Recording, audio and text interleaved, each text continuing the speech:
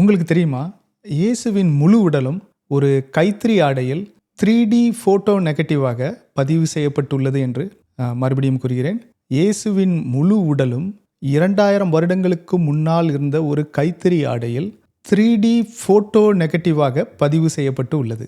இதை பற்றி விஞ்ஞானிகள் என்ன கூறுகிறார்கள் என்றால், 2000 வருடங்களுக்கு முன்னால் உள்ள ஒரு கைத்தறி ஆடை கண்டுபிடிக்கப்பட்டுள்ளது. அந்த ஆடையில் ஒரு மனிதரின் உடல் மாதிரி ஒரு மங்கலான உருவம் தெரிகிறது. அந்த உருவம் பெயிண்டோ பிக்மெண்ட்டோ இல்லைனா ஸ்டெயின் வைத்து உருவானது அல்ல. அதை ஆராய்ந்த விஞ்ஞானிகள் என்ன கூறுகிறார்கள் என்றால், அந்த மனிதன் மிகவும் சித்திரவதை செய்யப்பட்டு கொல்லப்பட்டுள்ளான். அந்த உருவம் எப்படி உருவாகியது என்று அவர்களால் கூற முடியவில்லை. திருப்பியும் கூறுகிறேன், அந்த உருவம் இரத்தக்கரையினால் உருவாகவில்லை, ஆனால் அது ஒரு ஃபோட்டோ நெகட்டிவாக உள்ளது. சில விஞ்ஞானிகள் இந்த உருவம் ஒரு ரேடியேஷன் மூலமாக உருவாகி இருக்கலாம் என கூறுகிறார்கள். நான் சில வருடங்களுக்கு முன்னதாக ஷ்ரவுட் ஆஃப் டுரினை பற்றி அறிந்து கொள்ள முடிந்தது. அதாவது ஒரு வீடியோவில் பார்க்க முடிந்தது. அந்த வீடியோவில் பார்க்கும்போது நான் அதை நம்பவில்லை. ஏனென்றால் அதை விவரித்தவர் அது இயேசு கிறிஸ்துவின் இரத்தத்தால் உருவானது என கூறியிருந்தார். மேபி நான் தப்பாக கூட புரிந்திருந்திருக்கலாம். அந்த உருவம் இரத்தத்தால் ஆனது என்ற கருத்தை என்னால் ஏற்றுக்கொள்ள முடியவில்லை. ஏனென்றால் நம்மளுக்கு எல்லாத்துக்கும் தெரியும், ஒரு இரத்தம் உள்ள ஒரு இதை நம்ம ஒரு துணியில் தொடச்சோன்னா அது ஒரு உருவமாக மாறாது. அது என்னவாகும்னா ஒரு ரெட் கலரில் ஒரு பேட்ச் மாதிரி ஆயிரும். ஸோ அதனால் உருவத்தை கொடுக்க முடியாது என்று எல்லாருக்கும் தெரியும். அதனால் நான் நம்பவில்லை. ஆனால் கடந்த 3-4 வாரங்களுக்கு முன்னதாக ஒரு டாக்டரின் வீடியோவை பார்த்தேன். அந்த டாக்டர் யூசுவலாக என்ன பண்ணுவாருன்னா, ஒரு சயின்டிஃபிக் பேப்பரை எடுத்து அதை ரொம்ப ஈஸியாக எக்ஸ்பிளைன் பண்ணுவார், ரொம்ப எளிமையாக எக்ஸ்பிளைன் பண்ணுவார். இந்த தடவை அவர் ஒரு சயின்டிஃபிக் பேப்பர் எடுத்திருந்தார். நிறைய சயின்டிஃபிக் பேப்பர் எடுத்திருந்தார். அதை எதை பற்றி என்றால், இந்த ஷ்ரவுட் ஆஃப் டுரின் அப்படிங்கிறத பற்றி விஞ்ஞானிகள் ஆராய்ந்து இதை பற்றி எக்ஸ்பிளைன் பண்ணியிருந்தார். அதை பற்றி நான் இன்னும் ரொம்ப ஆராய்ந்து பார்த்த பிறகு எனக்கு இப்போ ஒரு முடிவுக்கு வந்திருக்கிறேன். இந்த வீடியோவில் நான் உங்களுக்கு சொல்ல போகிறதெல்லாம் சில முக்கியமான குறிப்புகளை அந்த விஞ்ஞானிகள் என்னென்ன கண்டுபிடித்தார்கள் அந்த ஷ்ரவுட் ஆஃப் டுரின்லேருந்து அப்படிங்கிறது தான். முதல்ல ஷ்ரவுட் ஆஃப் டுரினோட அடிப்படை விவரங்களை பார்க்கலாம். ஷ்ரவுட் ஆஃப் டுரின் அப்படிங்கிறது ஒரு பரியல் கிளாத். அது அடக்கம் பண்ணும்போது சுற்றப்படுகிற துணி. அது ஒரே கிளாத்தாக இருந்திருக்கு, ஒரே துணியாக இருந்திருக்கிறது. அதோட நீளம் 14 அடி 3 இன்ச்சு. அதே மாதிரி அகலம் 3 அடி 7 இன்ச்சு. 3 காரியங்களை விஷுவலாக இன்ஸ்பெக்ட் பண்ணும்போது நம்ம கண்டுபிடிக்கலாம். ஒன்று அது ஒரு கைத்தறி துணி. அதற்கப்புறம் ஒரு படம், ஒரு மங்கலான படம், ஒரு ப்ரௌனிஷ் மனிதனின் சாயல் அந்த துணியோட உள் பக்கத்தில் இருக்குது. ஃப்ரண்ட் அண்ட் பேக் சைடு 2 வியூவுமே இருக்குது. அதாவது மேல் இதுவும் இருக்குது, கீழ் இதுவும் இருக்குது. சில இடங்களில் பிளட் ஸ்டெயின்ஸ் இருக்குது. ஓகே, முதல்ல இப்போ இதோட ஹிஸ்ட்ரி பார்க்கலாம். ஷ்ரவுட் அப்படின்னா சவப்போர்வை என்று அர்த்தம். டுரின் அப்படின்னா அது ஒரு இட்டாலியில் இருக்கக்கூடிய ஒரு சிட்டி. இந்த சவப்போர்வை அந்த நகரத்தில், டுரின் நகரத்தில் இருப்பதால், அதாவது அந்த டுரின் நகரத்தில் இருக்கக்கூடிய ஒரு தேவாலயத்தில் இருப்பதால் இதற்கு பெயர் ஷ்ரவுட் ஆஃப் டுரின். அங்கே தான் ஒரு கிட்டத்தட்ட ஒரு 700-800 வருடங்களாக இருக்கிறது. அதனால் இதற்கு பேர் ஷ்ரவுட் ஆஃப் டுரின். நமக்கு இந்த துணியோட தெள்ளத்தெளிவான எழுதப்பட்ட வரலாறு கிபி 350 இருந்து இருக்குது. நம்மளுக்கு முக்கியமானது 1898 செகண்டோ பியா அப்படிங்கிற ஒரு இட்டாலியன் லாயர் இதை ஃபோட்டோ எடுத்திருக்கிறார். அதுலேருந்து தான் நம்மளுக்கு இம்பார்ட்டண்ட்டான இந்த நிகழ்வுகள் தொடங்குறது. அவர் ஒரு ஹாபி ஃபோட்டோயிஸ்ட். நான் இந்த ஒரு டிஜிட்டல் கேமரா கொஞ்ச நாள் வச்சு சுற்றிக்கிட்டு இருந்தேன். அதே மாதிரி அவர் ஒரு லாயராக இருந்தாலும் அந்த காலத்திலேயே ஒரு கேமராவை எடுத்து ஒரு ஹாபியஸ்ட் ஃபோட்டோகிராஃபராக இருந்திருக்கார். அவர் அந்த டைமில் அந்த ஒரு பப்ளிக், அந்த ஷ்ரவுட் ஆஃப் டுரினை பப்ளிக் எக்ஸிபிஷனில் வச்சுருக்காங்க. ஆர்டிஸ்ட்லாம் அந்த காலத்தில் ஃபோட்டோ எடுக்கிறதுக்கு முன்னால் கையை வச்சு தான் வரைஞ்சிருப்பாங்க இல்லையா? கையை வச்சு வரைஞ்சி அதை காப்பி பண்ணியிருக்காங்க. ஃபஸ்ட்டு டைம் ஃபோட்டோ எடுத்து அதை ஃபோட்டோ மூலமாக பிரிண்ட் பண்ணலான்னு ஒரு ஃபோட்டோ எடுக்கிறதுக்கு பெர்மிஷன் கொடுத்துருக்காங்க. அப்போ இவர் தான் ஃபோட்டோ எடுக்க வந்திருக்காரு. ஒரு ஸ்டோரி என்னென்னா, அவருக்கு அஃபிஷியலாக இருந்த ஃபோட்டோகிராஃபர் வர முடியல, அதனால் இந்த ஹாபியஸ்ட் ஃபோட்டோகிராஃபர் வந்திருக்காரு. அந்த காலத்தில் இப்போ ஒரு 40 வயசு, என்ன மாதிரி 40 வயசுக்கு மேலே இருக்கிறவங்களுக்கு நல்லா தெரியும். அந்த காலத்தில் ஃபிலிம் கேமரா, அதாவது 40 வருஷத்துக்கு முன்னால் ஃபிலிம் கேமரா தான். அதில் நீங்கள் இன்ஸ்டண்ட்டாலாம் ப்ரிவியூலாம் கிடையாது. நீங்கள் ஃபோட்டோ எடுத்தீங்கன்னா அதுக்கப்புறம் ஒரு டார்க் ரூமில் போய் டெவலப் பண்ணணும். அந்த டெவலப் பண்ணதுக்கப்புறம் தான் அந்த படத்தோட ஆக்சுவலாக நீங்கள் எடுத்தது ஒழுங்காக வந்திருக்கா இல்லையான்னு பார்க்க முடியும். 100 வருடங்களுக்கு முன்னால் வந்து 150 வருடங்களுக்கு இது எடுத்த டைமில் வந்து ஃபிலிம் கூட கிடையாது.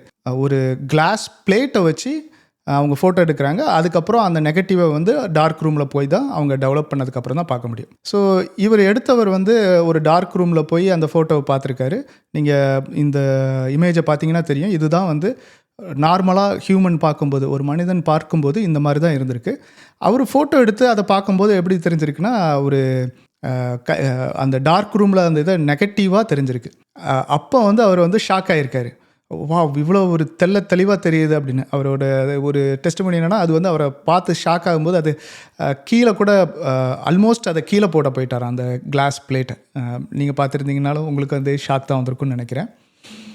ஸோ அவர் வந்து அந்த நெகட்டிவை எடுத்து டெவலப் பண்ணி பிரிண்ட் பண்ணி மக்கள்கிட்ட காட்டியிருக்காரு. இந்த இது வந்து இவ்வளோ தெளிவாக ஒரு நெகட்டிவ் மாதிரி வந்திருக்கு. இதிலேருந்து நீங்கள் நார்மல் ஃபோட்டோவில் பார்க்குறதோட நார்மலாக அந்த துணியில் பார்க்குறதோட இந்த நெகட்டிவில் வந்து ரொம்ப தெளிவாக என்ன உருவம் மாதிரி இருக்கிறத வந்து நம்ம பார்க்க முடியும் அப்படின்னு காட்டியிருக்காரு. ஸோ மக்கள் வந்து நம்பலை. இது வந்து ஒரு ஃபோர்ஜரி, இப்படிலாம் இல்லை, கண்ணுக்கு தெரியாதது வந்து எப்படி இருக்க முடியும் அப்படின்னு அவரை வந்து இது பண்ணியிருக்காங்க.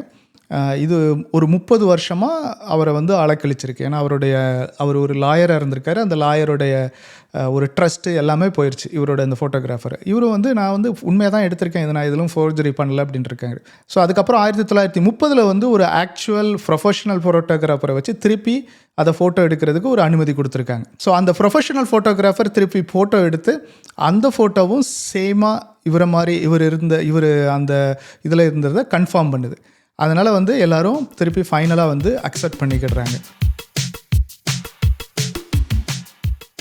அந்த ஃபோட்டோ எடுத்ததுக்கப்புறம் ஒரு நிறைய கேப் இருந்திருக்கு. ஒரு 50 வருடங்கள் கழித்து, அதாவது 1970களில் ஒரு சில விஞ்ஞானிகள் வந்து என்ன பண்ணியிருக்காங்கன்னா, அந்த ஃபோட்டோவை வந்து VP8 இமேஜ் அனலைசர் அப்படிங்கிற ஒரு டிவைஸுக்குள்ளே கொடுத்துருக்காங்க. அந்த VP8 இமேஜ் அனலைசர் அப்படிங்கிற டிவைஸ் வந்து ஒரு அனலாக் கம்ப்யூட்டர்னு வச்சுக்கோங்க. அனலாக் கம்ப்யூட்டர்னு இப்போ இருக்கிற கம்ப்யூட்டர் மாதிரி இருக்காது, ஒரு VCR மாதிரின்னு வச்சுக்கோங்க. அந்த VCRக்குள்ளே நீங்கள் ஒரு ஃபோட்டோ போட்டிங்கன்னா அது உங்கள் டிவியில் வந்து 3D இமேஜ் மாதிரி கொடுக்கும். VP8 இமேஜ் அனலைசர் வந்து எதுக்காக யூஸ் பண்ணியிருக்காங்கன்னா, ரொம்ப தூரத்தில் இருக்கக்கூடிய கிரகத்தோட ஆழங்கள், இப்போ நம்ம 2D இமேஜாக பார்த்தோன்னா அந்த எல்லாமே வந்து ஒரு பிளாக் கலரில் தெரியும். இந்த இமேஜ் அனலைசரை யூஸ் பண்ணியிருந்தாங்கன்னா அது எவ்வளோ டெப்த்து, அதில் மேடு பள்ளங்கள் இருக்கிறதா அப்படிங்கிறத வந்து காட்டும். இதை வந்து நாசா யூஸ் பண்ணியிருந்திருக்காங்க. சில விஞ்ஞானிகள் ஓகே இதுக்குள்ளே இந்த ஷ்ரவுட் ஆஃப் டுரினை போட்டு பார்த்துருக்காங்க. அதில் வந்துட்டு ஒரு 3D இமேஜ் கிடச்சிருக்கு. இதில் ஆச்சரியம் என்ன அப்படின்னா, நார்மல் ஃபோட்டோவை நம்ம எதுவும் கொடுத்தாலும் அதில் வந்து ஒரு சரியான ஒரு 3D எஃபெக்ட் கிடைக்காது. ஒரு மேடு பள்ளங்கள் வரும், ஆனால் வந்து அது ஒரு 3D ஹியூமன் ஃபேஸ் மாதிரி வராது. ஆனால் ஷ்ரவுட் ஆஃப் டுரினில் 3D ஃபேஸ் வந்திருக்கு. அதாவது ஒளி வந்து நம்ம இப்போ ஒரு ஃபோட்டோ எடுக்கிறோன்னா அது வந்து எப்படி ஒளி நம்ம முகத்தில் பட்டு பிரதிபலிக்கிறது அப்படிங்கிறத வச்சு அந்த ஷேட்ஸ் வந்து மாறும். ஸோ அப்போ வந்து மேடு பள்ளங்கள் வந்து கண்ணாப்பின்னான் இருக்கும். ஸோ ஒரு மெஸ்ஸியாக அந்த 3D இதில் வரும். அதே இது ஒரு ஒளி கொடுக்குற ஒரு இதுனா, இப்போ ஒரு ஆப்ஜெக்ட் வந்து ஒரு ஒளியை அதுவாக வெளியே தள்ளுது அப்படின்னா அப்போ வந்து அதோட மேடு பள்ளங்கள் கரெக்டாக இருக்கும். ஸோ அதனால் வந்து இது ஒரு சர்ப்ரைஸாக அந்த விஞ்ஞானிகளுக்கு இருந்திருக்கு. ஸோ அதன் காரணமாக ஓகே அப்போ வந்து அவங்க என்ன நினச்சிருக்காங்க, ஓகே இது வந்து ஒரு ஃபோட்டோ நெகட்டிவாக இருக்குது, அதுவே ஒரு சர்ப்ரைஸ். ஒரு துணியில் வந்து ஃபோட்டோ சென்சிட்டிவிட்டி இருக்க முடியாது. அதற்கப்புறம் வந்துட்டு அந்த சென்சிட்டிவிட்டி இருந்தாலும் அந்த ஃபோட்டோவை ரெக்கார்ட் பண்ணியிருக்கிற, அது என்கோட் பண்ணியிருக்கிறதுல 3D இன்ஃபர்மேஷனும் இருக்குது. அதை வந்து நம்ம ஆராயணும் அப்படிங்கிறதுக்காக STURP shroud of Turin research project அப்படின்னு ஒரு இதை உருவாக்கி அதில் ரிசர்ச் பண்ணுறதுக்கு பெர்மிஷன் கட்டியிருக்காங்க. ஸோ அது வந்து 1978 அவங்களுக்கு அந்த பெர்மிஷன் கிடச்சிருக்கு. 5 நாட்கள் அவங்க வந்து ஆராயலாம் அப்படின்னு. ஸோ அந்த நிறைய விஞ்ஞானிகள் ஒரு 30-35 விஞ்ஞானிகள் வந்து டிஃப்ரெண்ட் இதில் இருந்து வந்து அவங்க வந்து ஆராய்ச்சி பண்ணியிருக்காங்க. அவங்க பண்ணி நம்மளுக்கு வந்து சில உண்மைகளை சொல்லியிருக்காங்க. அந்த உண்மைகளில் சில உண்மைகளை நம்ம வந்து பார்க்கலாம்.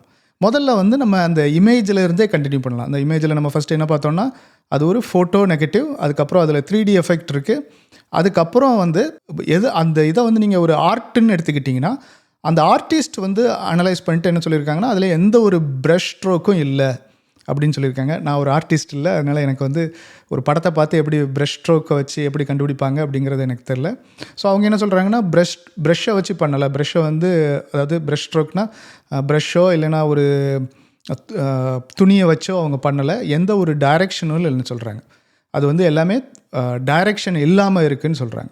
இமேஜ் இன்டென்சிட்டி வந்து யூனிஃபார்மாக அந்த துணி ஃபுல்லாக இருக்குதுன்னு சொல்கிறாங்க. அதாவது எப்படின்னா, இப்போ நீங்கள் ஒரு படம் வரைகிறீங்க, அதில் ஒரு மூக்கு வரையணும் அப்படின்னா அந்த மூக்கு வந்து கொஞ்சம் பெருசாக காட்டணும் இல்லைனா டார்க்காக காட்டணும் அப்படின்னா நம்ம என்ன பண்ணுவோம், பென்சிலை வச்சு நல்லா அழுத்தமாக வரைஞ்சோன்னா நல்லா டார்க்காக காட்டும். ஆனால் இங்கே உள்ள இதில் அந்த மூக்கில் கொஞ்சம் டார்க்காக இருந்தால் கூட அது வந்து அழுத்தமாக அறியப்படலை. அதை வரைஞ்சிருக்கிற டெக்னிக் என்னென்னா, நிறைய புள்ளிகளை பக்கத்தில் வச்சுருக்கிற மாதிரி அப்படின்னு சொல்கிறாங்க. ஸோ இதை வந்து நீங்கள்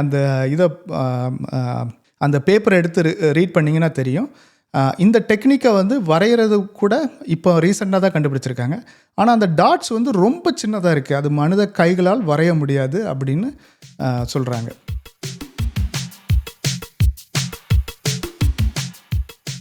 அடுத்த செக்ஷனுக்கு போனோம்னா நம்ம பேத்தியாலஜி, அதாவது நோயியல்.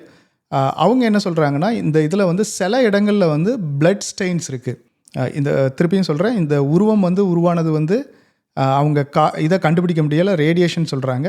ஆனால் இந்த பிளட் ஸ்டெயின்ஸ் வந்து சில இடங்களில் இருக்குது. அது வந்து ஒரு ஹியூமனோட பிளட்டு அப்படிங்கிறத வந்து இவங்க நோயியலாளர்கள் வந்து கண்டுபிடிச்சிருக்காங்க. அதோட டைப் வந்து ஏபின்னு கண்டுபிடிச்சிருக்காங்க. இந்த டைப் வந்து ரொம்ப கம்மியாக தான் இருக்குது. அதுக்கப்புறம் இந்த இரத்த காயங்கள் இருக்கிற இடங்கள் எல்லாமே வந்து ஒரு ரோமன் குரூசிஃபிகேஷனில் வரக்கூடிய காயங்களோட இடங்கள் மாதிரி இருக்குது அப்படின்னு சொல்கிறாங்க. அதற்கப்புறம் அவங்க என்ன கண்டுபிடிச்சிருக்காங்கன்னா, அந்த அறையப்பட்ட ஆணிகள் வந்து அவருடைய ரிஸ்டில் தான் அரைஞ்சிருக்காங்க, உள்ளங்கையில் அறையில் அதுக்கு மேலே உள்ள இடத்துல அரைஞ்சிருக்காங்கன்னு கண்டுபிடிச்சிருக்காங்க. அதுக்கப்புறம் அவங்களுடைய கண்டுபிடிப்புப்படி அந்த இயேசுவின் அந்த படத்தில் அந்த உருவத்தில் இருக்கிற மனிதரின் தாடியில் சில இதை வந்து பிச்சிருக்காங்க. அவங்களோட டார்ச்சர் பண்ணும்போது அந்த இது பிக்கப்பட்டுள்ளது அப்படிங்கிறதும் அந்த இதில் கன்ஃபார்ம் ஆகுது. இது என்னென்னா, இது இம்பார்ட்டண்ட் வந்து கிறிஸ்டியன்ஸ்க்கு தான். ஏன்னா வந்து இது வந்து ஐசையாவோட ப்ராஃபஸியை ஃபில்ஃபில் பண்ணுது. ஓகே, அடுத்து வந்து டெக்ஸ்டைல் அண்டு மினரல்ஸ் அப்படின்னு பார்த்தோன்னா, அந்த சயின்டிஸ்ட் வந்து என்ன பண்ணியிருக்காங்கன்னா, அவங்க வந்து ஆராய்ஞ்சிட்டு அந்த டெக்ஸ்டைல் இண்டஸ்ட்ரியில் உள்ளவங்க ஆராய்ஞ்சிட்டு அவங்க என்ன சொல்கிறாங்கன்னா, இதோட பின்னப்பட்ட விதம் வந்து அந்த ஃபஸ்ட் செஞ்சுரி ஜூவிஷ் ஸ்டைலில் தான் இருக்குது அப்படின்னு அந்த கிளாத்தோட இது சொல்கிறாங்க. அவங்க சொல்கிறது வந்து எனக்கு தெரில, ஏதாவது டெக்ஸ்டைல் இண்டஸ்ட்ரியில் உள்ளவங்க அந்த பேப்பர் எடுத்து படித்தாங்கன்னா வசதியாக இருக்கும்னு நினைக்கிறேன். அவங்களோட இதுபடி ஏதோ ஹேர் அண்ட் போன் ஸ்டைல், அது வந்து அந்த ஃபஸ்ட் செஞ்சுரியில் உள்ள நிறைய துணிகளில் பார்க்க முடிகிறது. அப்போ இதுவும் அந்த ஃபஸ்ட் செஞ்சுரியில் உள்ள 1ஆம் நூற்றாண்டில் உள்ள துணிகளில் ஒன்றாக இருக்கும் அப்படின்னு அவங்க சொல்கிறாங்க. அதுக்கப்புறம் அந்த உருவான அந்த இடத்த பார்த்தோன்னா, அது வந்து என்ன பண்ணியிருக்குன்னா, அந்த ஃபைபரில் டாப் மோஸ்ட் லேயரில் மட்டும்தான் ஃபார்ம் ஆகிருக்கு. அதாவது அந்த நூல்களில் மேல்புறம் மட்டும்தான் இது பண்ணியிருக்கு. ஃபுல்லாகவே ஒரு நூலை வந்து ஃபுல்லாகவே வந்து அந்த உருவம் ஃபார்ம் ஆகலை. இது ரொம்ப இம்பார்ட்டன்ட். ஏன்னா ஒரு ரத்தம் மூலமாக இது உருவாயிருந்துச்சுன்னா அந்த நூல் ஃபுல்லாகவே ரத்தம் மாதிரி இருக்கும் இல்லையா. இதோட இதுபடி ஒரு ஹியூமன் ஹேரோட ரொம்ப கம்மியாக தான் அந்த உருவம் வந்து ஃபார்ம் ஆகிருக்கு. ஸோ அது வந்து ரொம்ப இன்ட்ரெஸ்டிங்கான ஒரு பாயிண்ட்டு. அதுக்கப்புறம் மினரல்ஸ் எடுத்து பார்த்தோன்னா, அது வந்து ஜெருசலேமில் கிடைக்கக்கூடிய சில மினரல்ஸோட மேட்ச் ஆகுது. அவங்க என்ன பண்ணியிருக்காங்கன்னா, ஒரு ஸ்டிக்கி டேப்பை போட்டு அதில் ஒட்டி அதை வந்து ஆராய்ஞ்சு பார்த்துருக்காங்க. அதில் வந்துட்டு ஜெருசலேமில் உள்ள மினரல்ஸ் வந்து அதில் வந்து கிடைத்திருக்கு. சில போலன்ஸ் கூட ஜெருசலேமில் உள்ளது தான் கிடைச்சிருக்குன்னு சொல்கிறாங்க. ஏன் இது முக்கியம்னா, இந்த இது வந்து இருந்தது ஃபுல்லாகவே நம்மளுக்கு பார்த்தோம் இட்டாலியில் இருக்கக்கூடிய டூரின் அப்படிங்கிறதுல.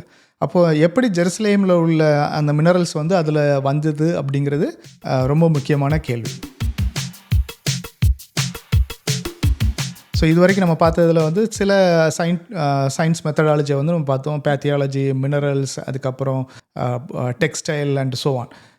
ஆக்சுவலாக இந்த ஷ்ரவுட்டை ஸ்டடி பண்ணது வந்து நூற்றுக்கணக்கான துறைகள் அப்படின்னு போட்டிருக்காங்க.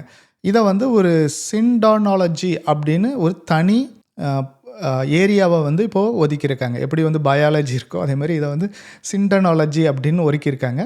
ஏன்னா நிறைய நிறைய துறைகள் கூடி வந்து இதை ஆராய வேண்டிய விஷயம் அப்படிங்கிறதுக்காக. Physics, chemistry, medicine, botany, imaging, எல்லா டிபார்ட்மெண்ட்ஸையும் சேர்ந்த விஞ்ஞானிகளும் இந்த ஷ்ரவுட்டை ஸ்டடி பண்ணியிருக்காங்க. அதனால் வந்து இதை ஒரு தனி துறையாக இப்போ உருவாக்கியிருக்காங்க. இந்த விஞ்ஞானிகள் பண்ண ஆராய்ச்சிகள்லாம் வந்து நம்ம வந்து எதில் பார்க்கலாம்னா scholars.google.comல போய் பார்க்கலாம். இப்போ வந்து நான் ஒரு சாம்பிளுக்கு உங்களுக்கு ஒரு இதை காட்டுறேன்.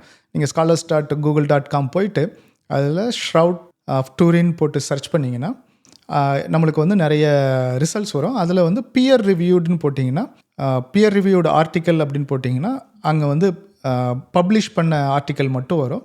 அந்த ஆர்டிக்கலில் எடுத்து நீங்கள் ஒன்றா படிச்சிங்கன்னா தெரியும். ஸோ இப்போ நீங்கள் பார்த்தீங்கன்னா நூற்றுக்கணக்கான ஆர்டிக்கல் இருக்குது, பேப்பர்ஸ் இருக்குது. இப்போது நிறைய பேப்பர்ஸை நம்ம ரீட் பண்ணணுமா அப்படின்னு நீங்கள் நினச்சிங்கன்னா அதுக்கு ஒரு ஷார்ட்கட் இருக்குது. அந்த ஷார்ட்கட்டை வந்து நான் சொல்கிறதுக்கு பதிலாக ஒரு ஏத்திஸ்ட் என்ன சொன்னார் அப்படிங்கிறத வந்து நான் சொல்கிறேன். அவர் வந்து என்ன பண்ணியிருக்காருன்னா, இந்த ஷ்ரவுட்டை பற்றி படிச்சுட்டு இந்த மாதிரி ஏதோ ஒரு வீடியோவை பார்த்துட்டு அவருக்கு வந்து ஒரு இது வந்துருச்சு, இது உண்மையாக இருக்குமா தப்பாக இருக்குமா அப்படின்னு. ஸோ அதனால் வந்து நிறைய புக்ஸு, நிறைய பேப்பர்ஸ், எல்லா இதையும் படிச்சுக்கிட்டு இருந்தாராம். ஆனால் அவருக்கு அதற்கான விடையே கிடைக்கலையாம். கடைசியாக யாரோ ஒருத்தர் வந்து நீங்கள் பைபிள் எடுத்து படிங்க, அதில் வந்து இதை பற்றி போட்டிருக்கு அப்படின்னு சொல்லியிருக்காங்க. ஸோ அவர் வந்து காஸ்பல் எடுத்து படிச்சிருக்காரு. பைபிளில் இருக்கக்கூடிய நற்செய்தி நூல்களை எடுத்து படிச்சிருக்காரு. மத்தேயு, மார்க், ஜான், லூக்கா, அந்த புக்ஸை எடுத்து படிச்சிருக்காரு. அதை எடுத்து படித்த உடனே அவருக்கு வந்து புரிஞ்சிருக்கிறான். ஸோ அதனால் வந்து உங்களுக்கும் டவுட் இருந்துச்சுன்னா நீங்கள் வந்து அந்த காஸ்பலை எடுத்து படிச்சிங்கன்னா உங்களுக்கு வந்து இதோட அர்த்தம் புரிகிறதுக்கு உங்களுக்கு வாய்ப்புகள் அதிகம். நீங்கள் இன்னும் ஸ்கெப்டிக்கலாக இருக்கீங்க அப்படின்னா நான் புரிஞ்சுக்கிறேன். சிலர் வந்து இதை ஒரு மெடிவல் ஃபோர்ஜரின்னு சொல்கிறாங்க. ஆனால் இப்போ அதற்குரிய ஒரு கேள்வி என்னென்னா, இப்போ இருக்கிற மாடர்ன் டெக்னாலஜி, இப்போ இருக்கிற லேசர்ஸ், இப்போ இருக்கிற ரேடியேஷன்ஸ், இப்போ இருக்கிற இங்க், இப்போ இருக்கிற பெயிண்ட்ஸ், ரொம்ப லேசர் இதில் வந்து நம்ம வந்து வரைய முடியும் இல்லையா? அந்த மாதிரி இருக்கிற டெக்னாலஜியை வச்சு கூட இந்த மாதிரி இருக்கிற உருவத்தை வந்து யாராலையும் இன்னும் கிரியேட் பண்ண முடியலை. அது வந்து ஒரு யோசிக்க வேண்டிய ஒரு விஷயம் இல்லையா? சில பேர் நினைக்கலாம், இதை நான் நம்புகிறேன், இது வந்து இந்த சயின்டிஸ்ட் ரிசர்ச் எல்லாமே நான் நம்புகிறேன், இது உண்மையாக இருக்க நிறைய சான்சஸ் இருக்குது அப்படின்னு நினைக்கிறீங்க. ஆனால் இது உண்மையாக இருந்தாலும் எனக்கு ஒன்று புரியலை, ஏன் இயேசு கிறிஸ்து சிலுவையில் அடிக்கப்பட்டார் அப்படின்னு நீங்கள் கேட்டிங்கன்னா அதற்கான ஆன்சர் வந்து இயேசு கிறிஸ்து சிலுவையில் அடிக்கப்பட்டதற்கான காரணம் வந்து உங்களுக்காகவும் எனக்காகவும் பாவ நிவர்த்தி பலியாக தன்னை கொடுத்தது தான். ஸோ அதனால் நம்ம வந்து நரகத்திற்குள் செல்ல வேண்டாம். இயேசு கிறிஸ்து செய்த தியாகத்தின் நிமித்தமாக நாம் நரகத்திற்குள் செல்ல வேண்டாம். நீங்கள் வந்து உங்களுக்கு நிறைய கேள்வி இருக்கலாம், அது இப்படிலாம் இருக்கலாமா அப்படின்னு கேட்கலாம். நான் ரொம்ப நல்லவன் சொல்லலாம். அது எப்படி, இயேசு கிறிஸ்து எனக்காக எப்படி சிலுவையில் அடையப்பட்டிருக்கலாம் அப்படின்னு உங்களுக்கு கொஸ்டின் இருக்கலாம்.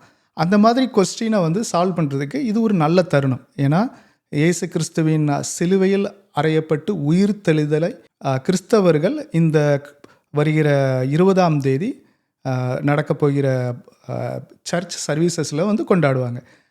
அந்த சர்வீசஸில் நீங்கள் கலந்து கொண்டீங்கன்னா உங்களுக்கு வந்து அதை பற்றி அறிவிக்கப்படும். ஸோ அதனால் வந்து உங்களால் முடிந்தால் உங்கள் பக்கத்தில் இருக்கக்கூடிய சர்ச்சுக்கு போய் நீங்கள் அங்கே அந்த காஸ்பல் அங்கே இருக்கக்கூடிய கிறிஸ்தவர்களிடம் கேட்டால் அவங்க வந்து உங்களுக்கு எக்ஸ்பிளைன் பண்ணுறதுக்கு வாய்ப்புகள் அதிகம். உங்களுக்கு அந்த நற்செய்தி உங்களுக்கு கிடைப்பதற்கு, நீங்கள் அதை அக்செப்ட் பண்ணுறதற்கு இயேசு கிறிஸ்துவிடம் நான் வேண்டிக் கொள்கிறேன். இந்த வீடியோவை முடிப்பதற்கு முன்னால் கடைசியாக 2 கேள்வி.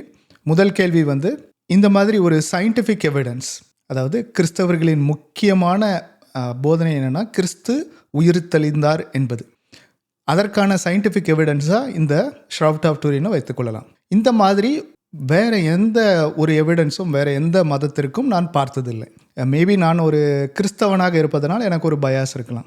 நீங்கள் கிறிஸ்தவர் இல்லாதவர் என்றால் உங்கள் மதத்தில் இதே மாதிரி ஏதாவது ஒரு சயின்டிஃபிக் எவிடன்ஸ் இருக்கா? இது ஒரு சீரியஸான கொஸ்டின். நான் வந்து விளையாட்டுக்காக கேட்கவில்லை. நீங்கள் scholar.google.comல போயிட்டு அந்த மாதிரி ஒரு எவிடன்ஸ் இருந்துச்சுன்னா அந்த பேப்பரை வந்து எனக்கு கமெண்டில் போட்டிங்கன்னா ரொம்ப வசதியாக இருக்கும். ஏன்னா நான் வந்து அதை ஆராய்வதற்கு. அடுத்தது 2வது கேள்வி என்னவென்றால், ஒருவேளை நீங்கள் வந்து ஒரு ஸ்கெப்டிக்காக இருக்கலாம், இந்த ஷ்ரவுட் ஆஃப் டுரைன் வந்து உண்மையானதா இல்லையா என்று. அப்படி உண்மையாக இருந்தால் என்ன பண்ணுவீர்கள்? இந்த வீடியோவை பார்த்ததற்காக மிகவும் நன்றி. இந்த வீடியோவை மற்றவர்களுக்கு ஷேர் பண்ணுவதற்கும், லைக் பண்ணுவதற்கும், இந்த வீடியோ சேனலுக்கு சப்ஸ்கிரைப் பண்ணுவதற்கும் நன்றி. உங்களுக்கு பிடிச்சிருந்தா மட்டும். தேங்க்யூ. இயேசு கிறிஸ்துவின் நாமத்தில் வணக்கம் கூறி விடைபெறுவது சாமுவேல் ஜேக்கப்.